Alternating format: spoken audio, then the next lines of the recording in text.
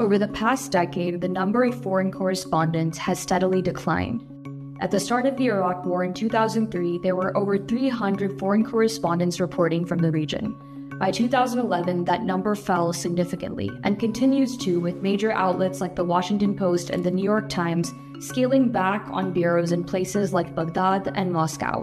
Maintaining foreign bureaus is expensive, and as media economics have shifted, major outlets continue to scale them back, often in response to a declining demand for international coverage. When they created public broadcasting in the United States, it's one of the things that act was trying to solve for. They wanted information coming from around the world so that Americans could be informed. That isn't necessarily valued by our current Congress, and it was one of the reasons that they stripped the funding from CPB. You could say that's a shortcoming of the media, but if there was demand for it, it would be provided.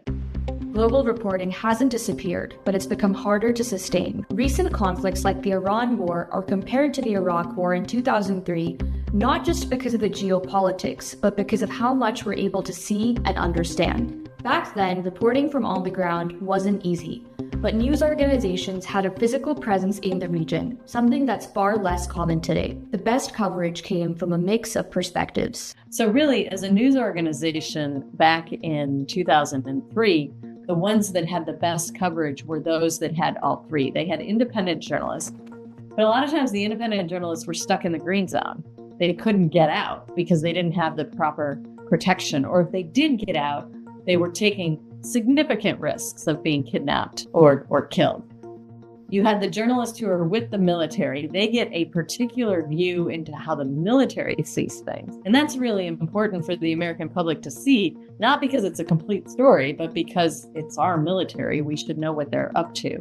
And then the third perspective is the person who is from the country, but is also a journalist. Together, these perspectives created a more complete picture of the war, something that's far harder to achieve today. In many conflict zones, local journalists face the threat of censorship, intimidation, and risk to their families. A journalist who is able to hop in and out of the country is able to do it more safely. And I've heard a lot of gratitude from people like, oh, it's great when, the New York Times or the LA Times or CNN comes here because they can cover this stuff in a way that we can't. I heard that from local journalists because we'll get censored or jailed or have our family intimidated and threatened. So yeah, I think that is a, valuable service that the international media provides. The decline of foreign bureaus means there are fewer correspondents stationed in the Middle East. What that means for conflict coverage today is the loss of institutional memory in operating safely in places like Iran. I went into northwestern Syria, into the area controlled by the guy who's now the president of the country. But I went to that area and it was quite dangerous and risky and so on.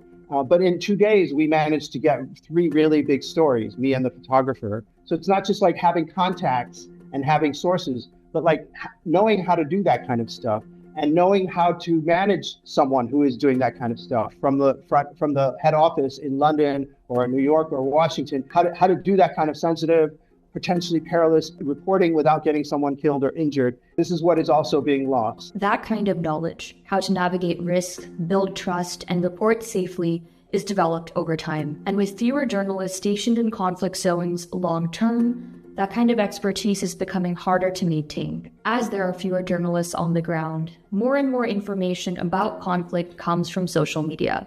In traditional newsrooms today, verifying that information has become a rigorous process. This inability to verify in real time as the news changes so quickly and conflicts erupt and things are happening at breakneck speed and there's no way to verify. That's what traditional journalism has always provided the public. News and also verification and accuracy. Videos show up and news organizations are spending a lot of time on video forensics. So first they look to see, is this from anywhere else? Has this ever seen the light of day before? And then you need on the ground information about what it is that you're looking at. That kind of verification takes time, expertise, and resources. But much of the footage circulating online today isn't verified.